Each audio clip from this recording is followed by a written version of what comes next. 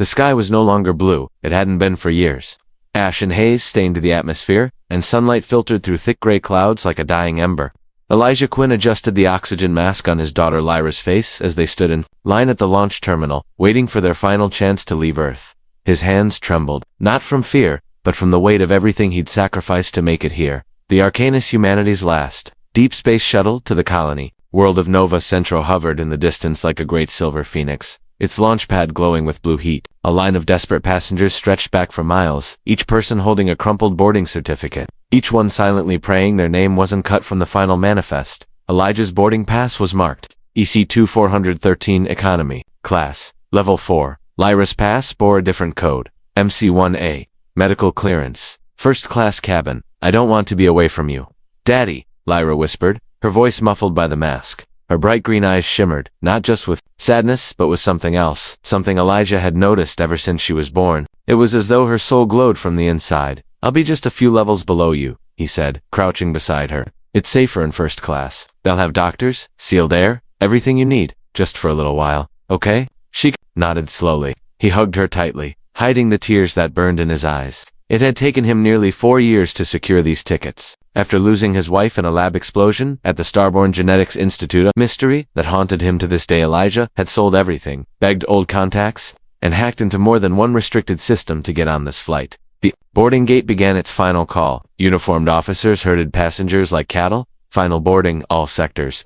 Departing in 15 minutes. A tall woman in a white uniform stepped forward from the medical escort unit. Her features were elegant, almost too perfect, with platinum white hair and silver eyes. She knelt before Lyra and smiled kindly. You must be Lyra, she said softly. I'm Dr. Vela Rowan. I'll be with you the whole trip, making sure you're comfortable. Elijah stood quickly. You're the one assigned to watch her. Vela nodded. I specialize in rare pediatric cases. The atmospheric damage here on Earth could be fatal for someone with her condition. He wanted to protest, to demand more time, but the guards were motioning for him to move on. Daddy, Lyra said again, holding his hand. Elijah kissed her forehead. You're strong, Lyra, just like your mom. I'll see you on the other side. She gave a brave nod as Vela gently took her hand. Then they were gun-swept into the secured entry of the first-class chamber, where the atmosphere was filtered and the air recycled from Nova Centro's blue gardens. Elijah walked alone through the grungy metal halls of the economy section, past broken panels and seats patched with tape. People were packed shoulder to shoulder, crying children,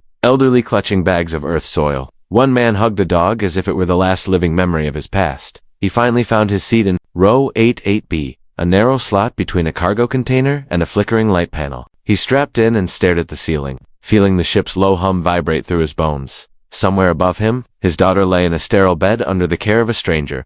The countdown began. 10, 9, 8. Outside, the ground rumbled. Ash clouds swirled as boosters ignited. 3, 2, 1. And then the earth shrank behind them, a dying world falling away in silence. Elijah closed his eyes. He had escaped, but at what cost?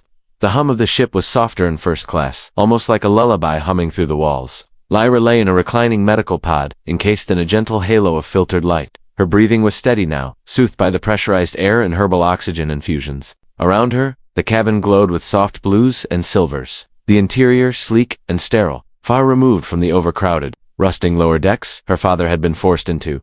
Dr. Vela Rowan sat beside her, her hands poised over a touchscreen, embedded into the wall. Her face remained composed, but her eyes flickered with something deeper: curiosity, perhaps even unease. She had seen thousands of patients in her time, especially children with post-Earth genetic disorders. But Lyra was different. The readings made no sense. The scanner passed slowly over Lyra's chest, her veins briefly glowing with a faint golden shimmer as the device mapped her vitals. Vela frowned.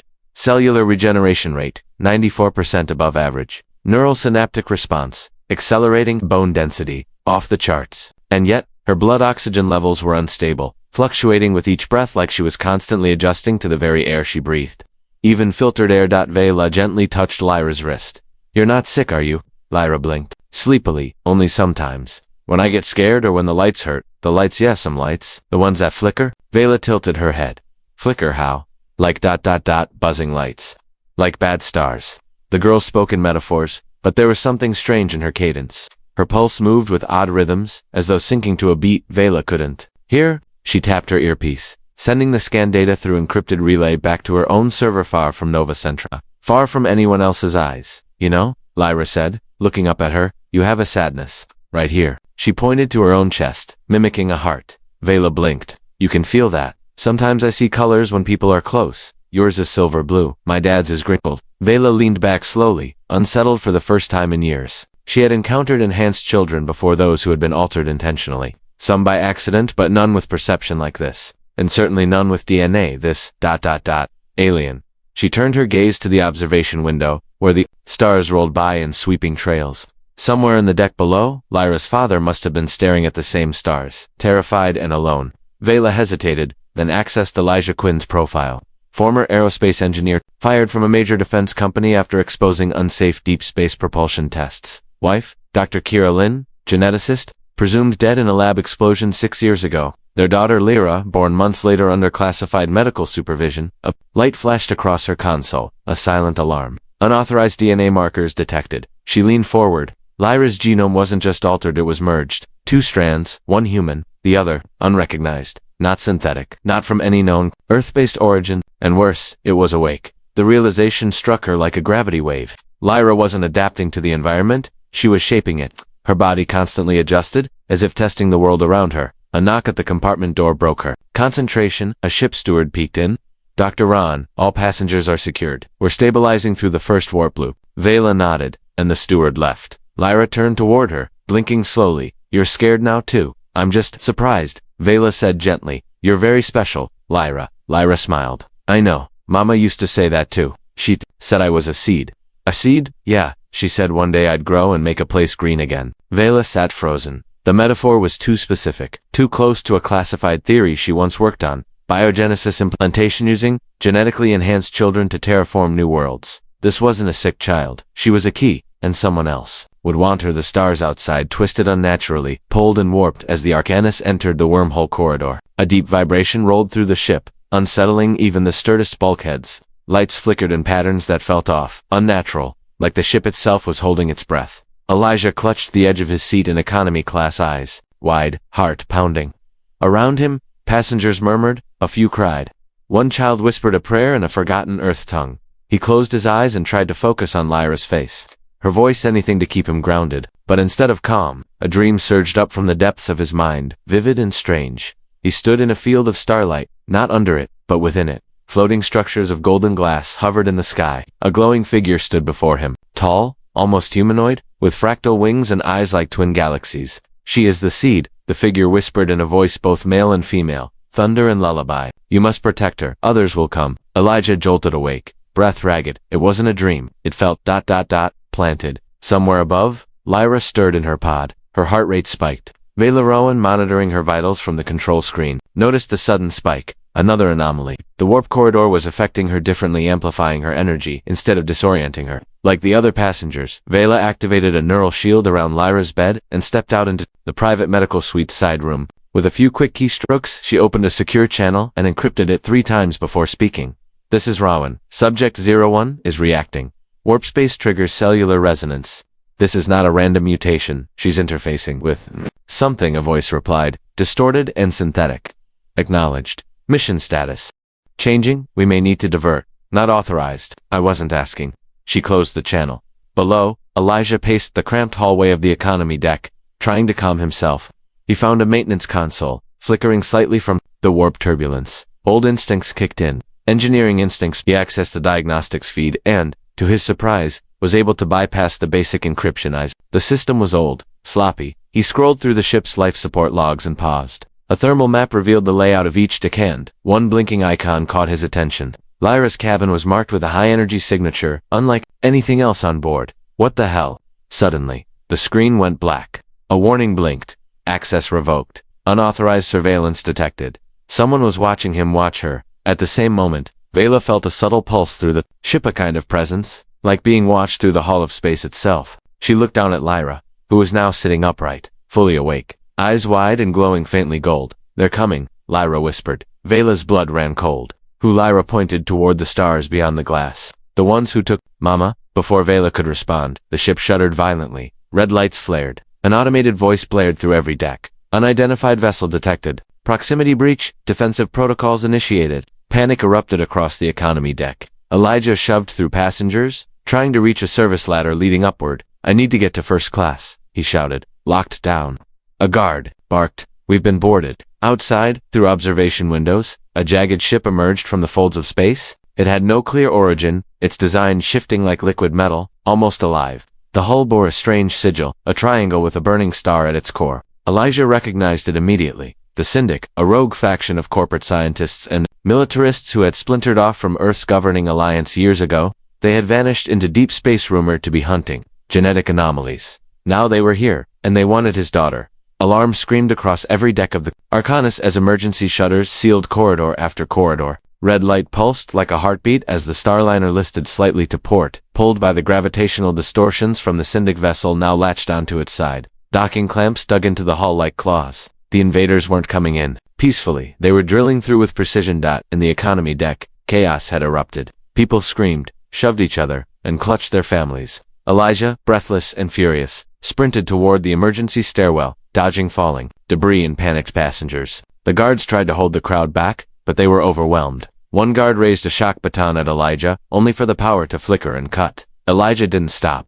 He knew that the only thing between his daughter and whatever nightmare was boarding the ship was how fast he could reach her. Up in first class, the atmosphere was eerily calm to calm. Vela stood in front of Lyra's pod, now fully shielded in a transparent cocoon of reinforced nanoglass. Lyra sat inside, unafraid. Her eyes glowed brighter, and her skin shimmered faintly with golden veins of energy that pulsed with the rhythm of the ship's alarms. "They're close," Lyra said quietly. "I can feel them. They want me to come with them." Vela activated a console embedded in her wrist and disengaged the medical diagnostic mode. Panels slid open, revealing hidden compartments stocked with advanced weaponry, energy blades, pulse pistols, a single photon rifle. "Over my dead body," she muttered, as the main corridor door burst open. 3 Syndic soldiers stormed in, clad in reflective exo-armor, their faces hidden behind visors that glowed a cold blue.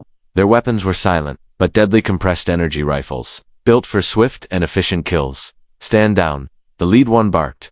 "The girl belongs to us." Vela didn't answer. She raised her palm, and with a high-pitched hum, a kinetic shield burst to life in front of her. The first shots sizzled harmlessly off the barrier. Then she moved fast. Too fast for a normal human. Within seconds, she had closed the distance, vaulting over a cryo-cradle and slamming one attacker into the wall.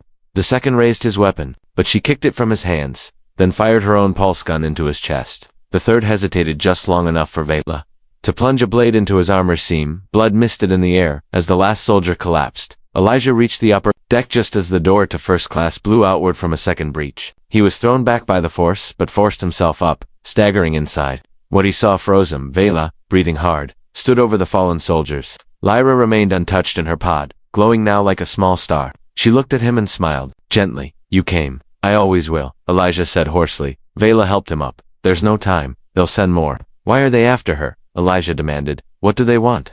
"They want what she is," Vela said. "Not just her genetics, her potential. She's not just a seed, Elijah. She's a catalyst." More explosions rocked the ship. A distant voice crackled over the intercom. "Hull breach near engineering. Emergency protocols overridden." Vela moved to Lyra's pod. "She needs to wake up now. Her abilities can protect us, maybe even push us out of range."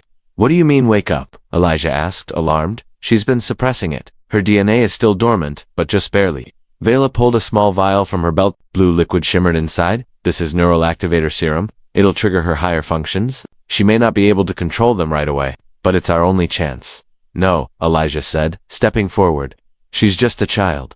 "She's more than that," Vela replied, "and the only reason we're not already dead." Lyra looked at him with quiet understanding. "It's okay, Daddy. I'm ready." And then she nodded. Vela injected the serum. Light exploded from the pod. The light that erupted from Lyra's pod was not blinding in the traditional sense. It was deep, radiant from within, like the birth of a star. The golden glow pulsed outward, in concentric waves, washing over the walls, the floor, the bodies of the fallen Syndic soldiers, and the very air around them. Every system within the first-class deck briefly powered down, then hummed back to life brighter, smoother, calmer. Elijah shielded his eyes, but didn't look away. He couldn't. His daughter hovered now, inches above the medical cradle, her arms outstretched, her hair lifting like it floated in water. Her skin shimmered, but not like metal or energy. It was something else entirely, like starlight woven into flesh. She opened her eyes slowly. Where once they had been green, now they burned with soft gold irises, dancing with unseen patterns. Vela lowered her weapon slowly, awed. "She's stabilizing the energy field. The Arcanus's groaning metal seemed too quiet.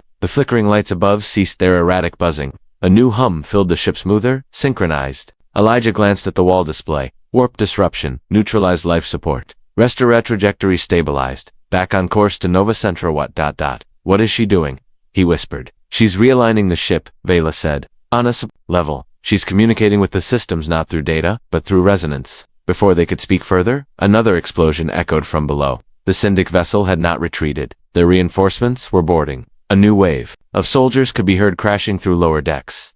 Lyra touched the side of her pod gently. The shield around her deactivated with a whisper, and her feet lowered to the floor. She stepped toward Elijah and took his hand. I can stop them, she said softly. But it means I have to show them what's inside. Show who? Elijah asked. Everyone, she replied. The Syndic, the passengers, Nova Centra, all of them. Vela approached carefully. You don't have to. There are other ways. No, Lyra interrupted, calm but firm. They'll never stop if they don't see what's possible. Then she raised her hand. A pulse of light surged outward, not as an attack, but as a message.